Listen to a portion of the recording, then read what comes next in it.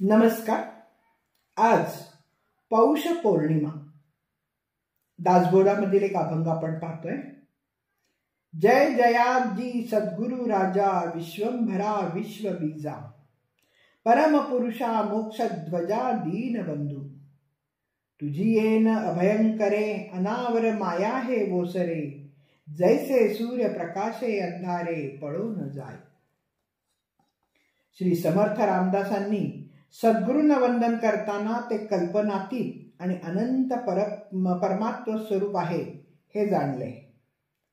त्यांच्याविषयी समर्थ बोलण्याचा येथे प्रयत्न करीत आहे. विश्वाला व्यापून शिल्लक उरणाऱ्या परमात्म्याविषयी जसे आत्मविद्येची आई असलेल्या श्रुतीलाही निश्चित असे सांगता आले नाही, म्हणून नाईलाजाने ती न कळे नेती नेती म्हणून गप्प बसली. तेथे आपल्यासारख्या मूर्खाची बुद्धी काय चालणार? परमात्मा कसा आहे हे माणसाला कधीच सांगता येत नाही, पण माणसाने प्रयत्न करायचे ठेवले आहे का? तशीच स्थिती सद्गुरूचे वर्णन करणाऱ्यांची होते. श्री समर्थ म्हणतात की सद्गुरूंचे स्वरूप अज्ञानी माणसाला कळणे अशक्यच नाही. माझी स्थिती ही अशा अज्ञानी माणसासारखीच झाली आहे. त्यामुळे मी त्यांना दुरूनच नमस्कार करतो आणि प्रार्थना करतो की हे सद्गुरू, मायेच्या कक्षातून मला पलीकडे न्या. आपली स्तुती करावी अशी आशा मी केली, पण ते शक्य झाले नाही. आता मी फक्त एवढंच म्हणतो, असाल तसे असा सद्गुरू स्वामी. हे सद्गुरू खरे तर मायेच्या मदतीने आपले स्तवन करायचे ठरवले होते, पण आपले नाव काढताच माया लाजली आणि मागे सरली. मग मलाही नाईलाज झाला. काहीच करता येईना. तरी देखील ईश्वर आकलन होत नाही. तरी जशी त्याची प्रतिमा मूर्ती करतात त्याचप्रमाणे मी सद्गुरू स्वरूप अनाकलनीय असे मायेच्या मदतीने गुरुच्या स्वरूपाचा महिमा तो मी गाईन आणि वर्णन करून ठेवी. जशी ज्याची भावना तशी देवाची कल्पना केली जाते आणि त्याचं चिंतन होतं. तसंच मी आता सद्गुरूंना वंदन करतो. श्री समर्थ स्तवन करतात. विश्वाला भरून उरणारे, विश्वाचे मूळ, सर्वोत्तम पुरुष, मोक्षाची विजय पताका, दिनांचे मित्र असे माझे जे सद्गुरू, ज्यांचा जय जयकार असो, त्यांचा वरद हस्त ज्याच्या मस्तकी राहतो, त्याच्यावर असलेला मायेचा अंमल नाहीसा होतो.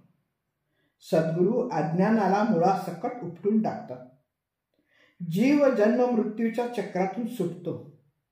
जसा सूर्याच्या उदयाने त्याच्या प्रकाशाने अंधार पळून जातो, त्याचप्रमाणे सद्गुरूमुळे जीव अज्ञान अंधकारातून प्रकाशात येतो. श्री समर्थांनी सद्गुरूंचा जय जयकार करीत असताना अंधाराचा नाश करणारा सूर्य, छोटी नदी आणि गंगा, लोखंडाचे सोने बनवणारा परीस, खारट असलेला सागर, अचेतन मेरू, शून्य असलेले आकाश, कल्पांती विरून जाणारी पृथ्वी, मर्यादा असलेला सूर्य, चंचल आणि आटून जाणारे पाणी, अमृत, कल्पतरू, चिंतामणी, कामधेनू या सर्वांमध्ये जाणवलेला उणेपणा सांगून त्यातील कोणाचीच उपमा सद्गुरूंना शोभत नसल्याचे सांगितले. ते पुढे म्हणतात की सगळी सृष्टी ही नाशवंत असल्याने दृश्य विश्वातील कोणत्याही वस्तूची उपमा शाश्वत सद्गुरूंना देता येत नाही. अगदी ब्रह्मा, विष्णू, महेश देखील नाश पावतात. सद्गुरूचे स्थानच तेवढे सदैव अविनाशपणे टिकते.